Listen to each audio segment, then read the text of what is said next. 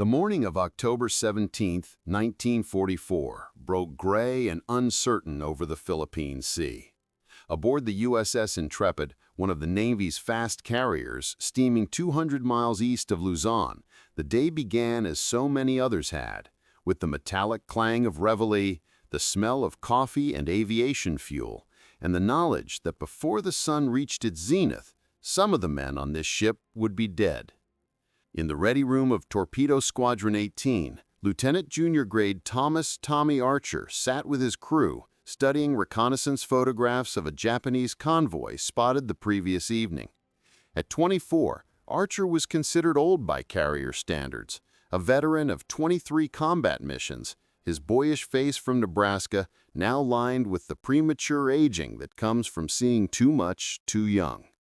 Beside him sat aviation radioman second class Robert Chen, 21, from San Francisco's Chinatown, his hands wrapped around a mug of coffee that had gone cold an hour ago. And across the narrow table, chewing methodically on a piece of toast he didn't taste, sat aviation ordnanceman third class James Patrick "Jimmy" Moran, 19 years old, red-haired, freckled, from South Boston, the youngest member of their crew and the man who would man the ventral turret of their TBF Avenger torpedo bomber. The Grumman TBF Avenger was a beast of an aircraft, a single-engine torpedo bomber that had become the backbone of the Navy's carrier striking power. Weighing over 10,000 pounds empty, nearly 18,000 loaded, it stretched 40 feet from propeller to tail, with a wingspan of over 54 feet. The aircraft was a marvel of engineering compromise, large enough to carry a Mark 13 torpedo or 2,000 pounds of bombs, yet still able to operate from a carrier deck. Powered by a Wright R2600 Cyclone engine producing 1,700 horsepower, it could reach speeds of nearly 300 miles per hour in level flight. Though loaded with ordnance and fuel, it lumbered into the sky like a pregnant whale. But it was the crew positions that made the Avenger unique among naval aircraft. The pilot sat up front in the greenhouse-style canopy, surrounded by glass that offered exceptional visibility but precious little protection. Behind him, elevated slightly and facing aft, sat the radioman gunner, manning a .30 caliber machine gun that could swivel to meet attacks from above and behind. And below, in the aircraft's belly, accessible through a cramped tunnel from the radioman's position, was the ventral turret, a hydraulically operated ball of aluminum and plexiglass housing a single .30 caliber machine gun. The ventral turret was a coffin with a view. The gunner entered it by crawling backward through a tunnel barely wide enough for a man's shoulders, then lowering himself into a space so confined that his knees were drawn up to his chest, his back pressed against one side of the sphere, the gun mechanisms and ammunition boxes consuming what little space remained. Once inside, the turret could be rotated a full 360 degrees and elevated or depressed through hydraulic controls. The gunner became the aircraft's eyes below and behind, searching the clouds and sea for the glint of an attacking Zero, the wake of an enemy ship, the splash of anti-aircraft fire. It was also a death trap. If the hydraulics failed, the turret could not be manually operated. Its weight and the precision of its gimbaled mounting made that impossible. If the turret jammed in position, the gunner was sealed inside, unable to climb back through the tunnel, unable to escape. Every man who flew in that position knew this. Every man who crawled into that ball of aluminum understood that he was placing his life not just in the hands of his crew, but in the reliability of hydraulic pumps, pressure lines, and mechanical systems that were being asked to function in conditions they were never designed for. Tropical heat, salt air, the shock of carrier catapult launches, the stress of combat maneuvering, and the random violence of enemy fire. Jimmy Moran knew all this. He had known it since his first training flight in Pensacola, had felt it every time he squeezed his lanky frame through that tunnel, had lived with it through 7 months of combat operations. But he also knew something else. Tommy Archer was the best pilot in VT-18. Bobby Chen was the calmest man he had ever met, and together they had brought him home from 23 missions. He trusted them with his life, because he had no other choice, and because in war, trust is the only currency that matters. Commander William Hastings stood at the front of the ready room, a pointer in his hand, his face showing the strain of 4 months of continuous operations. Behind him, a map of the Philippine coast showed the convoy's projected course. Gentlemen, intelligence reports a heavily escorted supply convoy heading south through the San Bernardino Strait. 6 cargo vessels, at least 4 destroyer escorts, possibly light cruiser support. They're carrying reinforcements and supplies to Japanese forces on Leyte. Our job is to stop them. He paused, letting that sink in. Everyone in the room knew what heavily escorted meant. It meant flak, thick, accurate anti-aircraft fire that could fill the sky with steel. It meant 0 fighters, probably from shore bases on Luzon. It meant that some of the men in this room would not be coming back. We'll launch at 0630. 6 Avengers, 4 Hellcat fighter escorts. We go in low, under their radar coverage if possible, hit them hard, and get out. Weather is marginal. Cloud cover at 1,500 feet, visibility 3 miles in rain squalls. That's good for us on the approach, bad for us if we get separated. Stay with your wingman, stay with your division. Tommy Archer listened, his mind already running through the mission profile. Launch, form up, navigate 200 miles to target, descend through the overcast, identify targets, attack approach, release, egress, climb, navigate home, land. Each phase had 1,000 variables, 1,000 things that could go wrong. The key was not to think about them until you had to. One more thing, Hastings continued, his voice dropping slightly. Intelligence suggests the Japanese are moving their remaining air strength south. We may encounter heavier fighter opposition than usual. Keep your heads on a swivel. Watch each other's backs. He lowered the pointer. Questions? There were none. What was there to ask? The mission was clear. The risks were understood. The coffee was still hot, and in 30 minutes, they would be strapping into aircraft that smelled of hydraulic fluid, aviation gas, and the sweat of 100 previous missions. The flight deck of the Intrepid at dawn was a choreographed chaos that never ceased to amaze those who witnessed it. In the pre-launch twilight, colored jerseys moved with purpose, aviation ordnancemen in red, checking bombs and torpedoes, plane handlers in blue, positioning aircraft for launch, fuelers in purple, topping off tanks, mechanics in green, making last-minute adjustments, and standing off to the side, the flight deck officers in yellow, clipboards in hand, coordinating the dance. Avenger 23, Tommy's aircraft, bearing the number in white paint on its engine cowling, was spotted third in the launch sequence. The Mark 13 torpedo slung beneath its belly was painted olive drab, its warhead carrying 600 pounds of Torpex explosive, 2,000 pounds of death waiting to be delivered. Tommy completed his pre-flight walk-around, running his hands over controlled surfaces, checking for anything loose or damaged. The Avenger looked solid, but appearances meant nothing. The aircraft was only 6 months old, but it had already flown 72 combat missions. It had been patched, repaired, and maintained by deck crews working through the night in conditions that ranged from tropical heat to typhoon spray.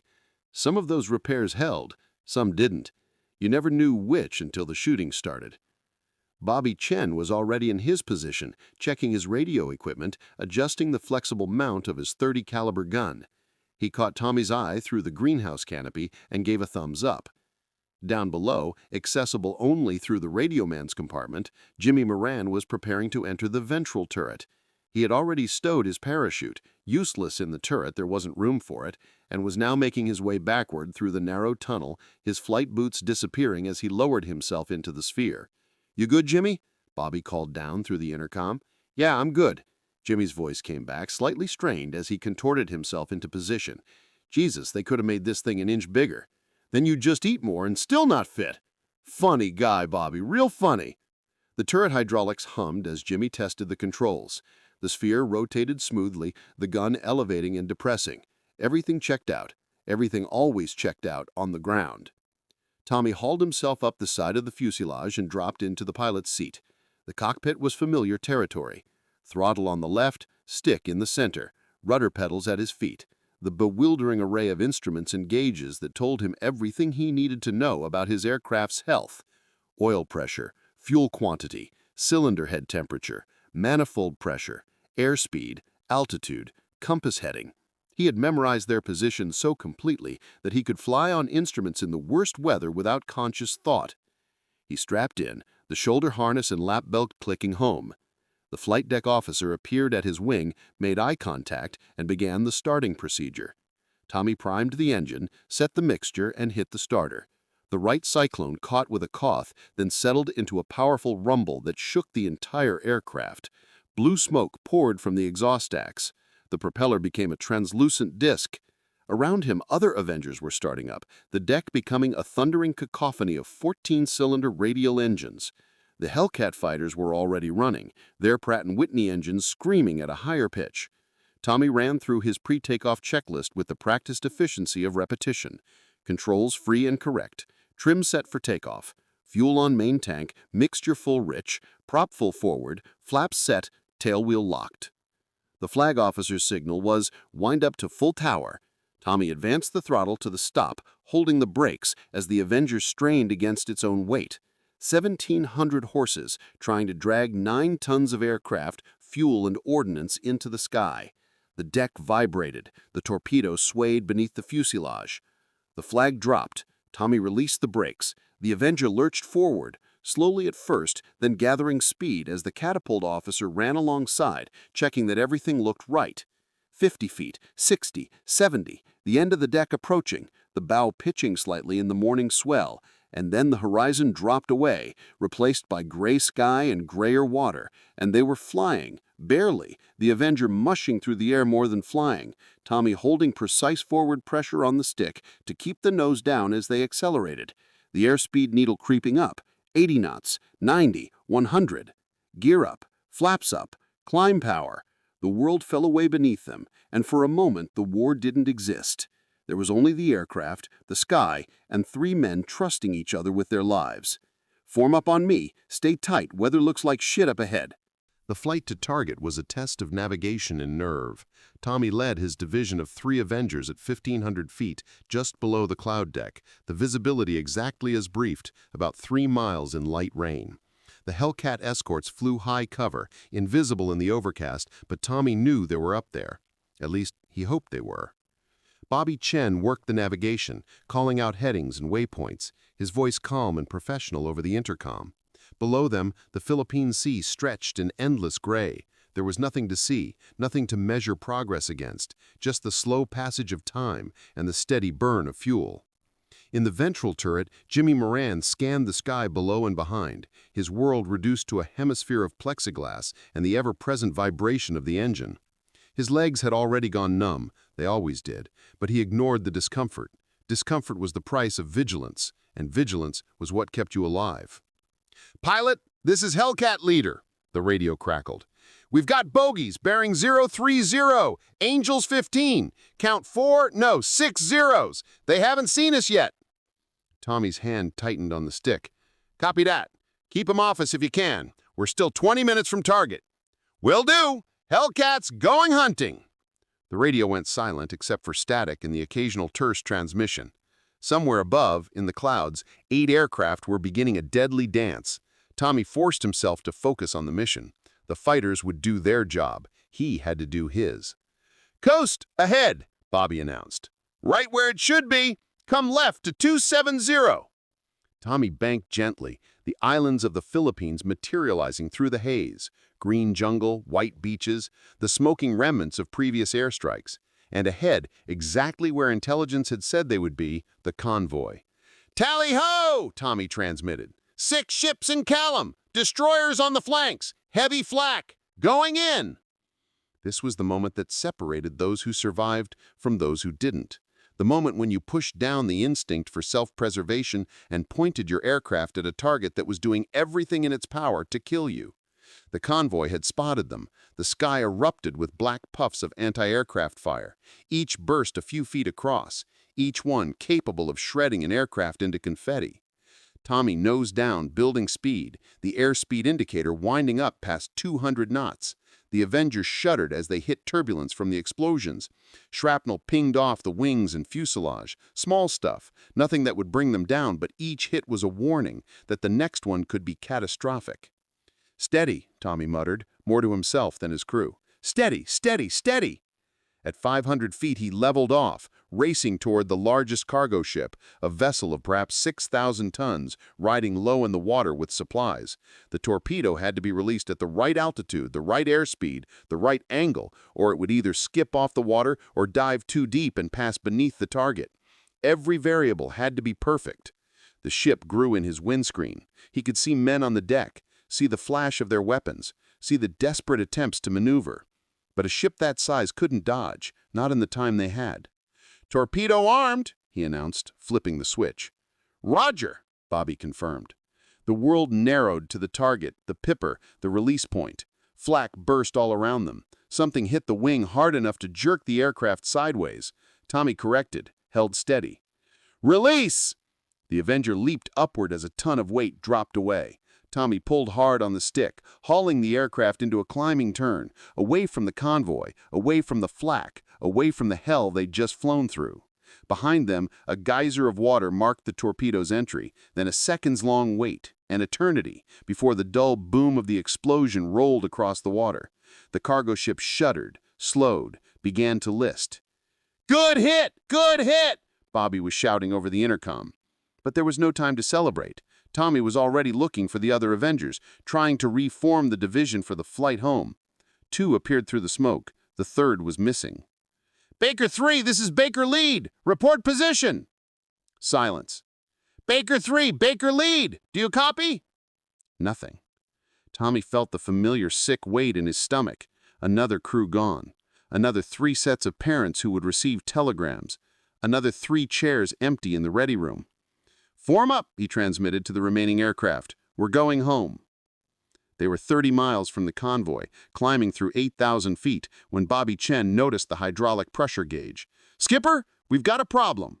"What kind of problem?" "Hydraulic pressure is dropping. We're down to 1,200 psi and falling." Tommy scanned his instruments. Bobby was right. The needle was slowly but inexorably moving toward zero. Hydraulic pressure powered everything on the Avenger, the landing gear, the flaps, the wing folding mechanism, and, most critically at this moment, the ventral turret. "Jimmy, you copy that?" Tommy called. "Yeah, I copy it. How bad?" "Don't know yet. Stay put for now. Let's see if it stabilizes." But it didn't stabilize. Over the next 10 minutes as they flew northwest toward the Intrepid, the hydraulic pressure continued to fall. 1,000 psi, 800, 600. Tommy tried the emergency pump, but it made no difference. Somewhere in the hydraulic system, fluid was leaking out. "Jimmy, I need you to try rotating the turret. See if it still moves." There was a pause, then Jimmy's voice. "Negative. Turret's frozen. Won't budge." Bobby and Tommy exchanged glances. Without hydraulic pressure, the turret was locked in position, and without being able to rotate it to the access position, pointed straight down, Jimmy couldn't climb back through the tunnel. He was trapped. "Okay," Tommy said, keeping his voice calm. "Okay, we'll deal with this. Bobby, call the ship. Let him know we have a casualty. Hydraulics out, gunner trapped in turret. We'll need a deck crew standing by." Bobby clicked his transmit button. "Intrepid, this is Baker Lead. We have an emergency. Hydraulics failure. Ventral gunner trapped in turret. Request priority landing and emergency crew standing by." The response came back immediately, the flight operations officer's voice, professional but concerned. "Baker Lead, Intrepid copies. You're cleared straight in, priority approach. Emergency crews will be standing by. What is your fuel state?" Tommy checked the gauge. 2 hours remaining. "Copy. You're number 1 to land. Call the ball." 2 hours. Plenty of time to get back to the carrier, land, and let the deck crew figure out how to extract Jimmy from the turret. It would be uncomfortable for him, probably terrifying, but they'd get him out. They always got people out. Except, they didn't always get people out. Tommy knew that. Everyone in naval aviation knew stories of gunners trapped in turrets, of pilots trapped in cockpits, of men who had died feet away from their rescuers because battle damage had jammed hatches or twisted metal in ways that made it extraction impossible. But those were other crews, other aircraft, not them. "How you doing down there, Jimmy?" Tommy asked, trying to keep the conversation normal. "I'm okay. Getting cramped, but I'm okay. You're going to get me out of this, right, Skipper? Damn right we are. Just hang tight. We'll be on deck in 90 minutes. Okay, good. A pause. Hey, Tommy. Yeah? I can't feel my legs anymore. At 20,000 feet, still an hour from the carrier, the first Zero appeared. "Break left," Bobby screamed. Tommy threw the Avenger into a hard left bank, the aircraft shuddering under the G-load. Tracers stitched through the air where they'd been a second before. The Zero flashed past, a blur of green and brown camouflage, the red circle of the rising sun vivid on its fuselage. "Where the hell did he come from?" Tommy grunted, hauling the aircraft around. "Another one, 6 o'clock high." Bobby was firing his gun, the .30 caliber rattling, spent casings bouncing around his compartment. The second Zero made its run, coming in from the rear quarter. Bobby walked his tracers into the fighter's approach path, forcing it to break off. But there were more. Tommy could see them now, 3 more Zeros circling above, picking their moment. "Jimmy, can you see them?" "I can see one of them. I can't shoot. The turret's pointed the wrong way. I'm useless down here." He wasn't useless. He was eyes, even if he couldn't shoot. But Tommy heard the frustration and fear in the young gunner's voice. Being trapped, unable to defend yourself, unable to even see most of the battle. It was a special kind of terror. The Avengers were heavy, slow compared to the nimble Zeros. In a straight dogfight, they were dead meat. But Tommy had one advantage. The Zeros had to come to him, and when they did, they had to fly through Bobby's gun and whatever other Avengers were in the area. "All Baker aircraft, this is Baker lead. Form up on me. Defensive circle. Stay tight." The 2 remaining Avengers joined up, the 3 aircraft flying in a slow circle, each one covering the others, their gunners creating overlapping fields of fire. It was an old tactic, one that had saved many bomber crews, but it had a fatal flaw. You could only hope the fighters ran out of ammunition or patience before you ran out of luck. The Zeros attacked again and again, darting in like angry hornets, firing short bursts, breaking away. One got too close and Bobby's gun found it, tracers ripping through the engine cowling. The Zero trailed smoke, dropped away, lost somewhere in the clouds below, but the others kept coming. And then Tommy heard a sound that made his blood run cold. The engine coughing, sputtering, the smooth roar replaced by a rough stutter. "We're hit!" Bobby yelled. "Engines hit!" The Cyclone was still running, but barely. The manifold pressure was dropping, oil pressure fluctuating. Black smoke poured from the exhaust. They'd taken damage somewhere, maybe a fuel line, maybe a coolant line, maybe a lucky shot through the engine itself. Whatever it was, the engine was dying. Tommy eased back on the throttle, trying to nurse the wounded motor. "All Baker aircraft, I'm hit and losing power. Continue to Intrepid. We're going to try to make it back, but if we don't, mark our position." "Negative, Skipper. We're staying with you." "That's an order. Get your asses home." Reluctantly, the other Avengers peeled away, leaving Tommy's aircraft alone with the Zeros. But the fighters seemed to sense blood in the water. They came in harder, more aggressive, less concerned about the defensive fire. Then, as suddenly as they appeared, they were gone. The sky was empty. Tommy realized they'd probably ran out of fuel or ammunition, or both. Small favors. But now he had bigger problems. The engine was running on borrowed time, vibrating badly, the temperature gauges all reading in the red. And worse, much worse, he smelled smoke in the cockpit. "Bobby, you see any fire?" "Negative." "Wait, yeah, I can see smoke coming from somewhere in the accessory section. Not flames yet, but smoke."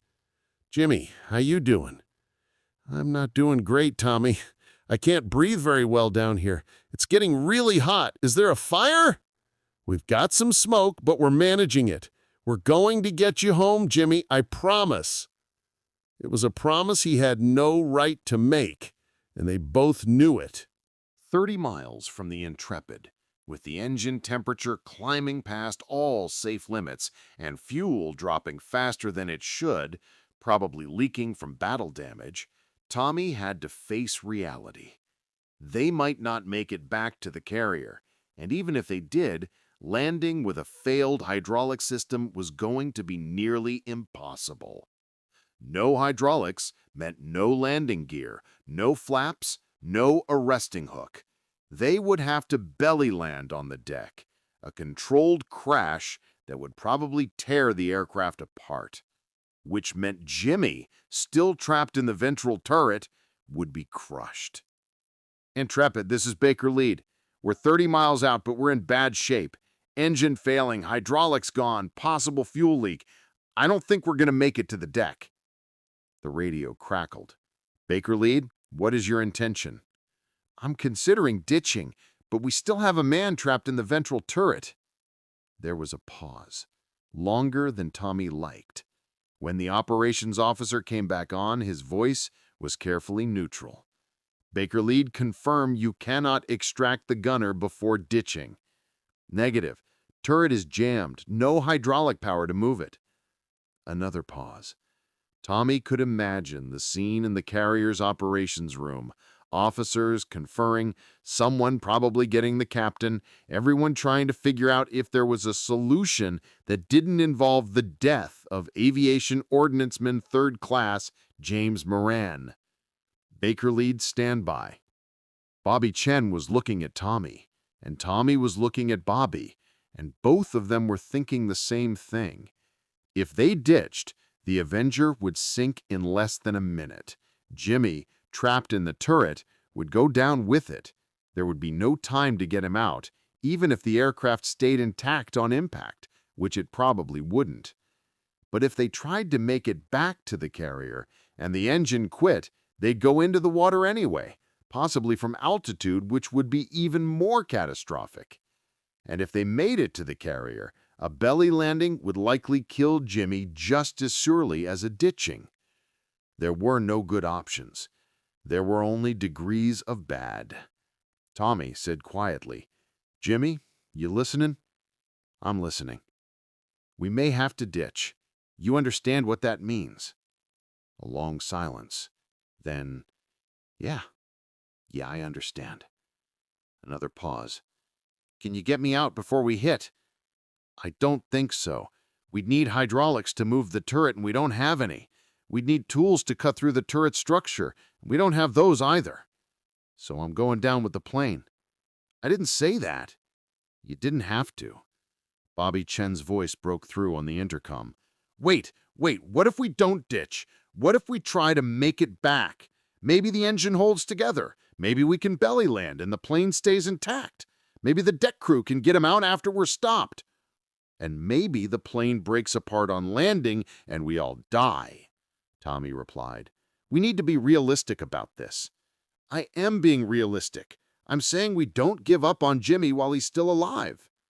Down in the turret, Jimmy spoke up, his voice steadier now.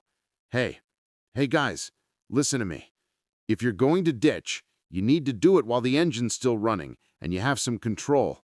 Don't try to make it back and end up ditching from altitude with no power. That's how all three of us die. You ditch now, at least two of you walk away. Belay that, Tommy snapped. We're not ditching yet. We're going to try for the carrier. Tommy, I said we're trying for the carrier. He pushed the throttle forward slightly, coaxing a little more power from the failing engine.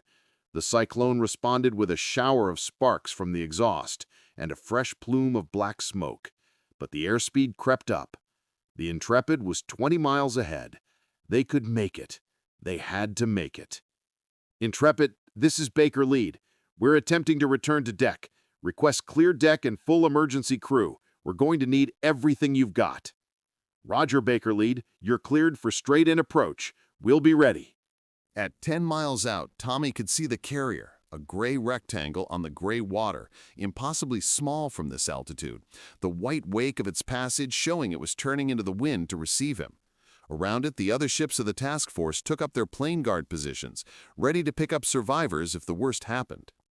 The engine was barely running now.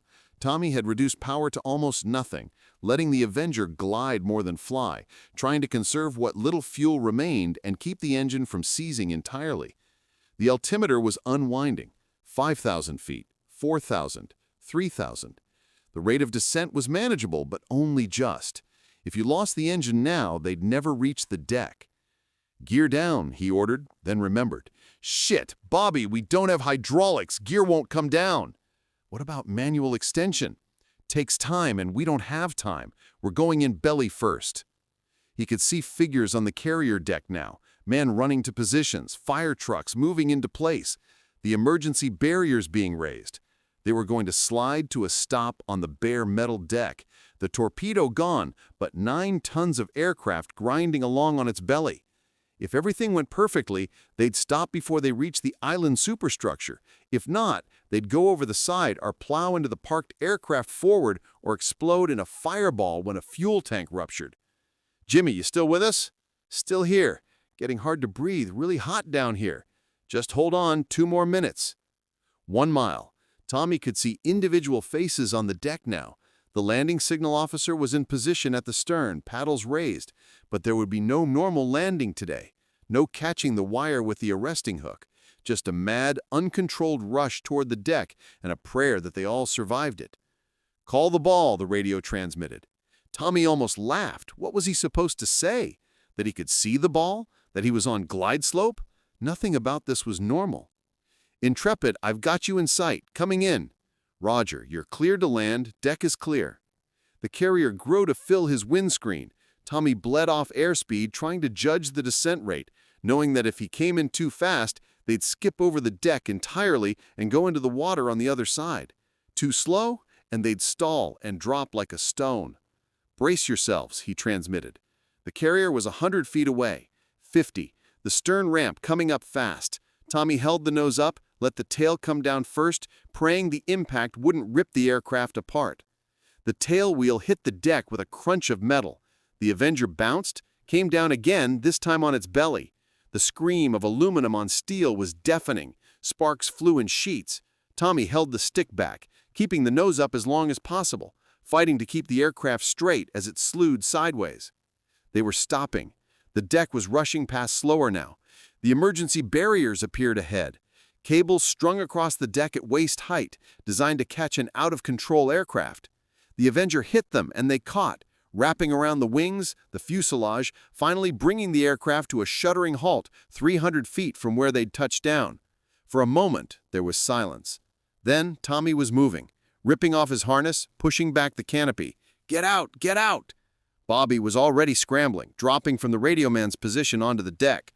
Foam was spraying everywhere as the fire crews attacked the smoking engine. Deck crew swarmed the aircraft, helping Tommy down, pulling them away from the wreckage. "Wait!" Tommy shouted, fighting against the hands pulling him. "We've got a man trapped in the turret. We need to get him out." A chief petty officer, his khakis stained with fuel and foam, grabbed Tommy's arm. "We know, Lieutenant. We're already working on it. You need to get clear." Tommy looked back at the Avenger. Men were underneath it now, examining the turret, trying to figure out how to open it from the outside. The turret's plexiglass hemisphere was cracked but intact. Through it, he could see Jimmy's face, pale and frightened, pressed against the glass. What followed was an hour of desperate, increasingly frantic work. The deck crew tried everything. They attempted to rotate the turret manually. Impossible. The gimbals were designed for hydraulic operation and wouldn't budge.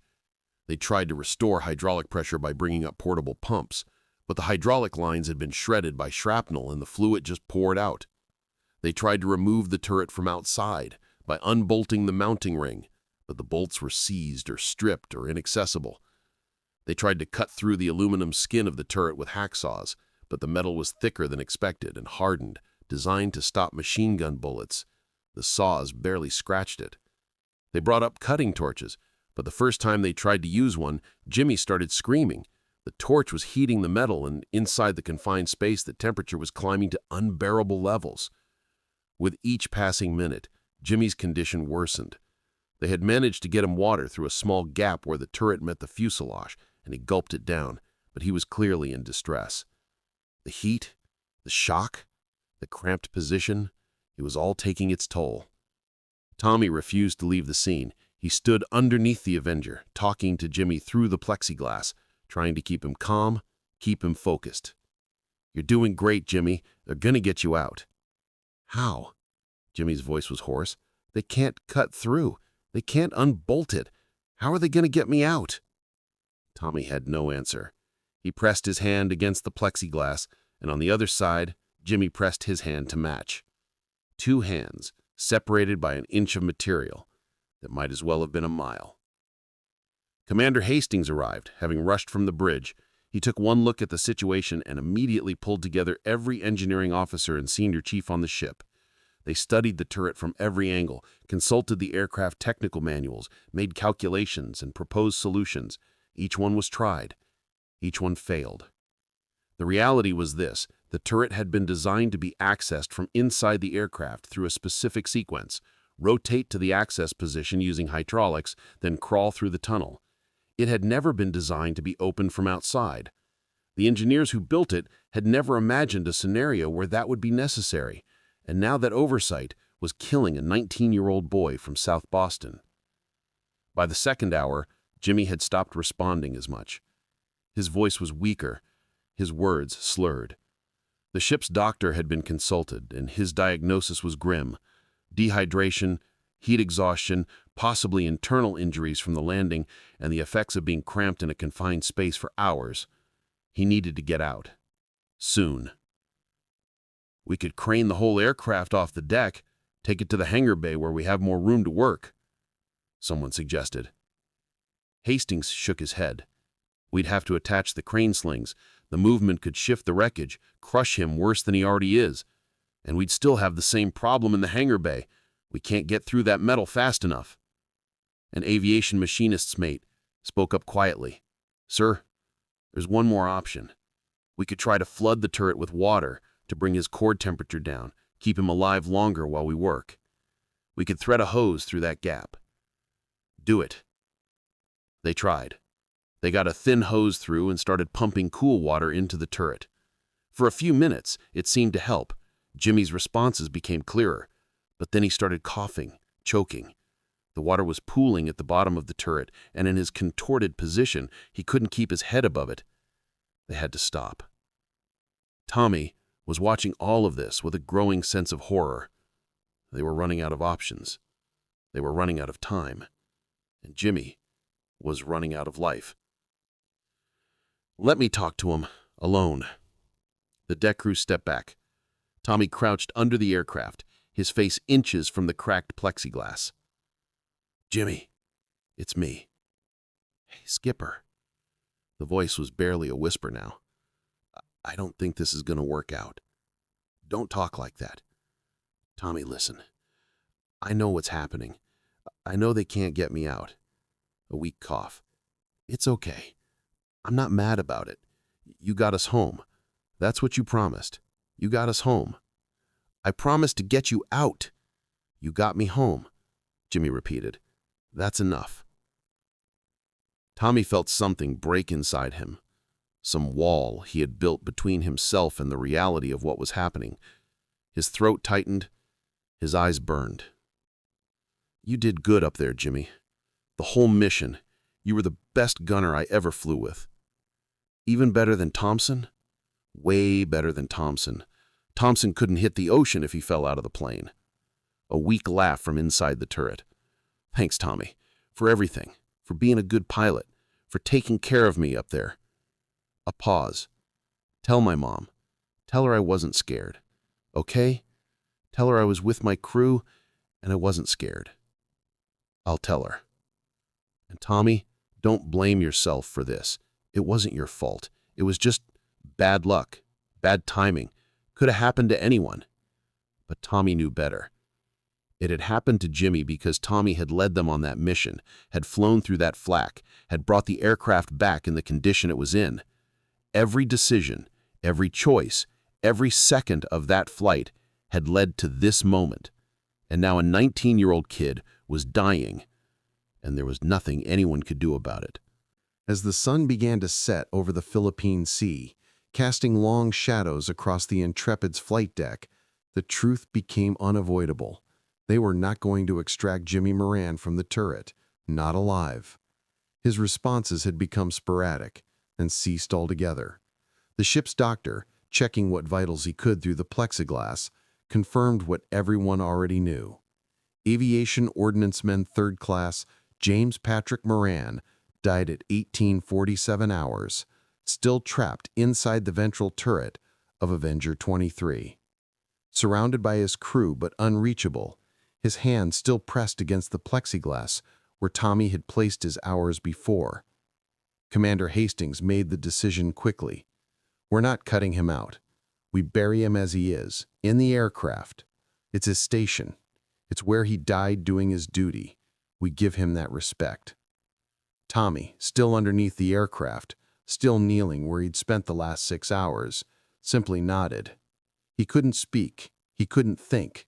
He could only feel the weight of every decision he'd made that day, the mathematics of survival that had saved 2 men and killed 1. Bobby Chen stood nearby, his face streaked with tears he'd stopped trying to hide. He and Jimmy had occupied the same aircraft for 7 months. It shared jokes and fears and the peculiar intimacy that comes from trusting someone with your life every single day.